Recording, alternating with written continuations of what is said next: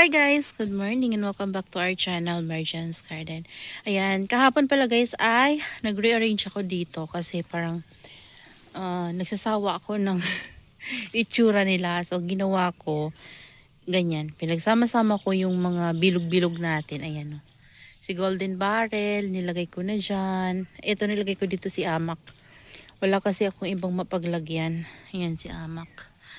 So, yan yung ginawa ko. Tapos, tinransfer ko yung Melo cactus natin na 5 heads dito din sa small. Ayan. Yan yung small pot natin. Kasamahan ng mga yan. Nating mga melo. Ayan. Para sama-sama sila. Tapos nilagay ko dyan at nilagyan ko lang ng patungan.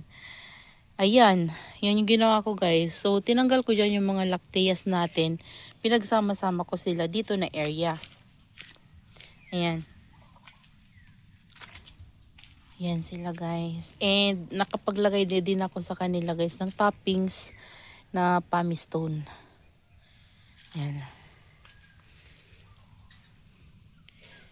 Yan. May pumice stone na sila. So ngayon, gagawin ko guys ay mag-a-add ako sa kanila ng toppings na pumice stone kasi kulang yung pumice na nailagay ko last time. Inalagyan ko na rin. Yan, lumalaki na yung mga babies ng melos natin. Yan. Mag-a-add tayo ng ng pumice. Maganda kasi guys pag may pumice, malinis tingnan.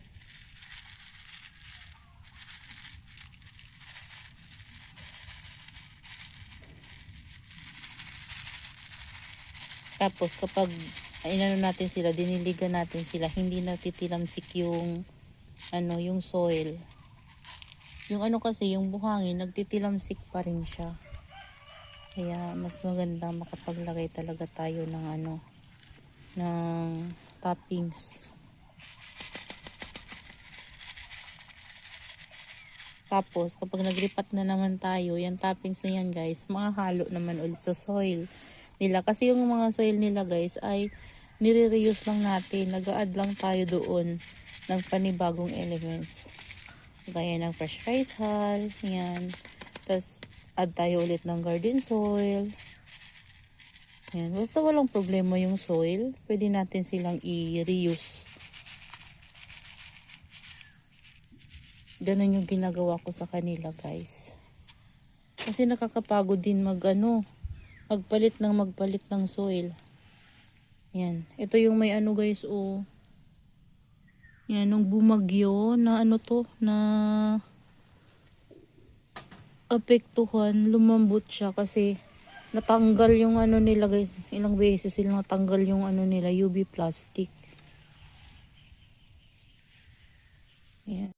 Yan. Dapat hindi ko napaapaw yung soil para pwede nating malagyan. Pero kasi parang ito, sa sobrang laki na niya guys, laki din ng RS niya, hindi na niya kayang maitanim dito ng hindi mapuno talaga ito guys. Kasi yung ugat niyan makapal na eh.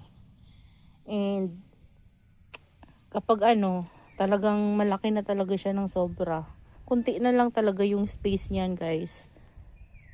Para magtama siya sa paso na yan. Kunti na lang yung space na paggutan ng roots doon sa ilalim. Kaya kapag tumagal pa yan guys, sigurado na yan, sobra-sobra na yung ugat niyan sa ilalim. Ayan, ito yung scars na to guys, yung mga pinagpugutan ko yan, yung kinuha na natin ng propagations. Yan, kasi nakapag-propagate ako nito ilang beses na ba? Tatlo na siguro guys. Pero yung iba kasi, yung ganito, straight form naman yung kinuha ko dyan. Tsaka dito. Kaso lang guys, namatay. Hindi sila nabubuhay yung straight form. Or time lang talaga na hindi ko siya mabuhay. Kasi yung naman guys, nabuhay ko. Yung crested form niya, pero graft naman kasi yun. Yung ginawa ko naman kasi dito, rooted, yung straight. Kaya namatay. So, ayan. Ganda nila guys, Ito yung ating tricolor. Yan. Ito own graft ko na to guys. And sold na to. Kasamahan nung ito natin. Ayan. Kasamahan yan. Tapos meron pang isa. Sana yung isa? Ito. Sold na siya. Yan. Hindi ko lang ina-uproot pa guys. Kasi hindi pa nakakabayad yung bibili. So, sabi niya sa akin, saka ko na i-uproot kapag nagbayad na siya.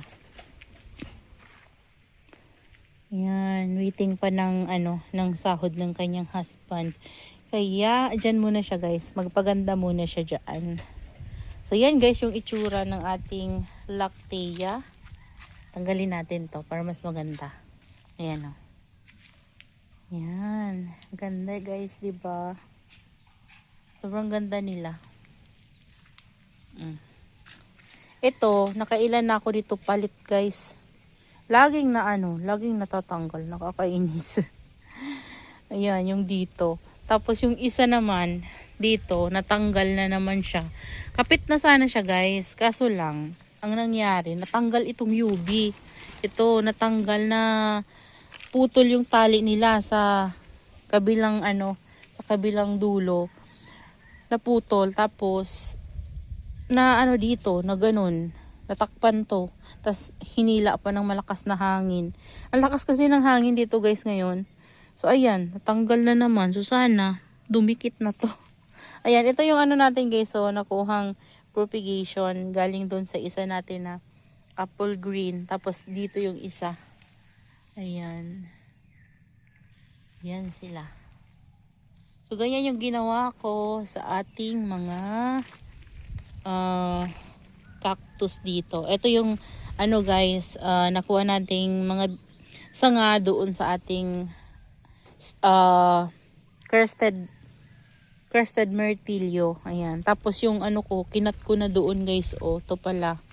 Kinat ko yung mga nandyan kasi nabubulok na sila guys sa sobrang basa. Kasi ilang araw din dito. Hindi lang araw guys, linggo din. Yung tinagal ng kakaulan dito, grabe. Tapos yun nga, bumagyo pa. Kaya naman, nasobra na ng basa. Tapos hindi na sila masyadong mainitan dito ng maayos. Tanghali na lang.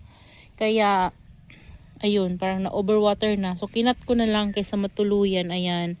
Tapos, meron pa yan. Ito. Tapos doon, tinago ko yung isa. Ayun. Tapos dito ata, meron pa. Saan ko na ba yun nilagay? Doon pala guys. Ayun. So, doon ko sila nilagay. Ayan. Diba? Tapos ito, pinagsisiksik ko din yung mga ganyan natin, yung freebie. Yan, para hindi sila guys masyadong mainitan. Kasi masyadong mainit dito kapag tanghali. Kaya, pinagsisiksik ko dyan, baka ma-sunburn. Diba? So, ayan. Yan lang naman guys yung ginawa ko.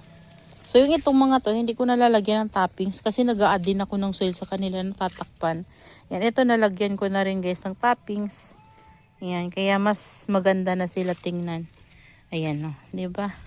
Tapos ito, maganda din yung ating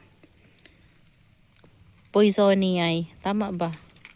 Ayan, tapos ito, meron mga bibis na tumutubo. Hayaan ko lang guys, papalakihin ko, tas kukunin ko para maitanim ko. Pwede natin gawing RS yan. Ang daming tumutubo, 3. Ayan. 'Di ba? So, yan na lang guys for today's video. Ayan. Tatapusin ko lang yung iba, dadagdagan ko sila ng ng pamis para mas magandang tingnan, mas malinis. Ayan, ito na rin yung natin, ang cute niya. Dyan, nagtatago siya dyan. Tapos dito, ito yung mga niripat ko na, tawag dito? Astrophytum. Ayan, pinagsama-sama ko para hindi na guys, takaw space. Ayan, kasi sobrang kailangan talaga natin ng space para mapaglagyan natin, mapagkasya natin sila dito. Kasi wala na akong ibang patungan. So, yun lang guys. That's all for today's video. Yan, I hope you enjoy watching and see you on my next vlog. Happy gardening everyone. Bye!